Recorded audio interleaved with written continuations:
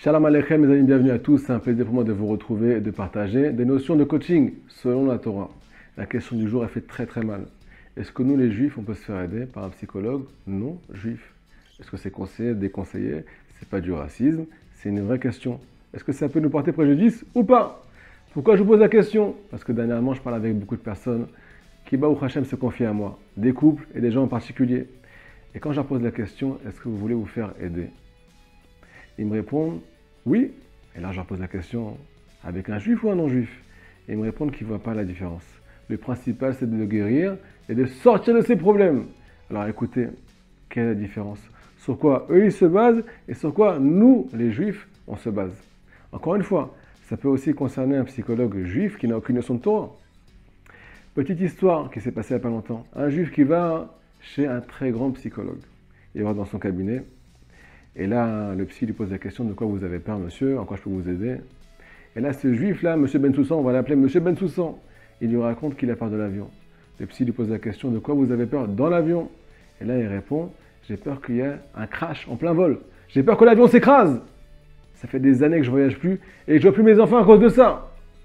Le psy lui répond: monsieur, écoutez, je comprends votre douleur, mais il faut savoir qu'il y a des statistiques. Combien de fois c'est arrivé? Il y a 95% de cas où tout se passe bien et 5% où ça ne se passe pas très très bien. Deuxièmement, il y a plus d'accidents de voiture que d'accidents d'avion. Écoutez la réaction de ce juif-là.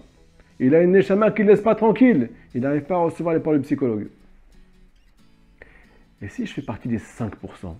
Et si j'ai pas de chance? Si ça m'arrive, ça ne me réconforte pas ce que vous me dites, monsieur. Ça m'angoisse encore plus. Deuxième histoire. L'histoire d'un juif que je connais très bien, un ami à moi. Il va en France pour la baptême de son fils. Il va lui acheter un costume. Ils sont en voiture. Il y a madame, tous les enfants. Ils sont en train de chanter, Baruch Hashem. Le seul problème, c'est que le magasin de costumes ferme dans 2 heures. Et ils sont à 2h15 de route de la destination. Qu'est-ce qu'il fait? Il appuie sur le champignon. Il met les gaz rabotailles. Qu'est-ce qui se passe? Naturellement, il se fait arrêter par la police. Alors, comme d'habitude, quand il se fait arrêter par la police, mettez-vous sur le bas-côté. Le policier il marche tout doucement, il prend tout son temps. Et là, mon ami me raconte qu'il a failli se briser les rotules.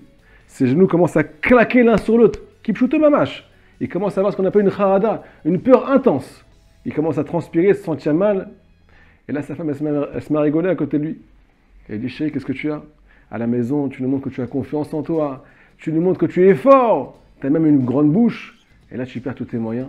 Écoutez, quand il a entendu ça, alors il s'est rappelé d'un cours. Un cours qu'il a entendu. Un cours qui parlait de Emouna. Et là-bas, on disait que quand il y a une très grande crainte qui commence à habiter notre cœur, il faut dire un télim spécifique. Et après, s'imaginer que Akadosh Baruch Hu est à nos côtés. Fermer les yeux et s'imaginer qu'on n'est pas seul et que Hachem est à côté de moi. Ma mâche à côté de moi. Il raconte que quand il a fait cet exercice, il a repris tous ses esprits. Le policier arrive. Ouvrez la fenêtre, monsieur. Vous mettez en danger des vies. Permis de conduire. Qu'est-ce qui vous prend? Et là, écoutez, il répond instinctivement: je suis juif et c'est la bar mitzvah de mon fils. Je dois lui acheter un costume. Le policier lui a dit: circulez, monsieur, allez-y. Pourquoi je vous raconte cette histoire-là? Parce qu'on a 2 façons de réagir à des craintes, à des peurs, à des angoisses. Hier, j'ai parlé avec une femme qui me raconte qu'elle est en train de monter une entreprise et qu'elle se lève au milieu de la nuit parce qu'elle a des crises d'angoisse. Je lui pose la question: madame, elle est où votre émouna? Elle est où votre confiance en Dieu? C'est une femme religieuse qui a beaucoup de confiance en Dieu. Et là, elle ne sait plus comment répondre. C'est vrai.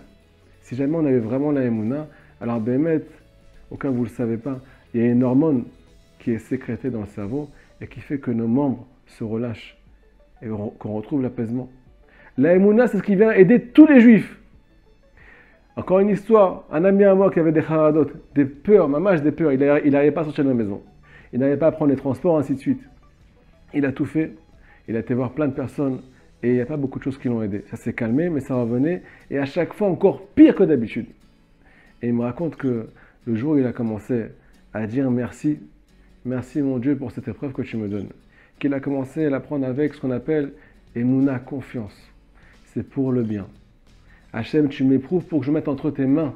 Et le jour où je mettrai entre tes mains, alors les statistiques ne me feront plus peur. Parce que quoi qu'il arrive, Même si on fait partie des 5% où les choses vont mal se passer, la Emouna annule tous les décrets. La peur n'évite pas le danger. Sur la Torah, elle le rapproche.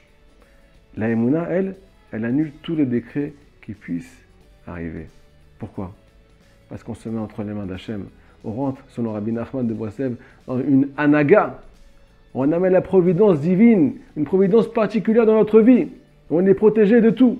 Maintenant, on peut arriver à la paracha. Yehoshua ben Nun, le plus grand élève de Moshe Rabbeinu. Imaginez le rabbin qu'il avait, extraordinaire. On le jalouse. L'un des plus grands tzaddiks de toute l'histoire du peuple juif a des craintes. Il a très peur. Et se dirige vers la terre d'Israël. Il doit commencer la guerre. Et là, le passouk nous dévoile qu'il a commencé à s'angoisser. Écoutez la réaction d'Akadosh Baruch Hu. Lo tiraoum, n'ayez pas peur, car c'est Hachem, votre Dieu, qui va faire la guerre pour vous. Vient Rabbi Nathan et nous dévoile que la Torah, ce n'est pas une histoire.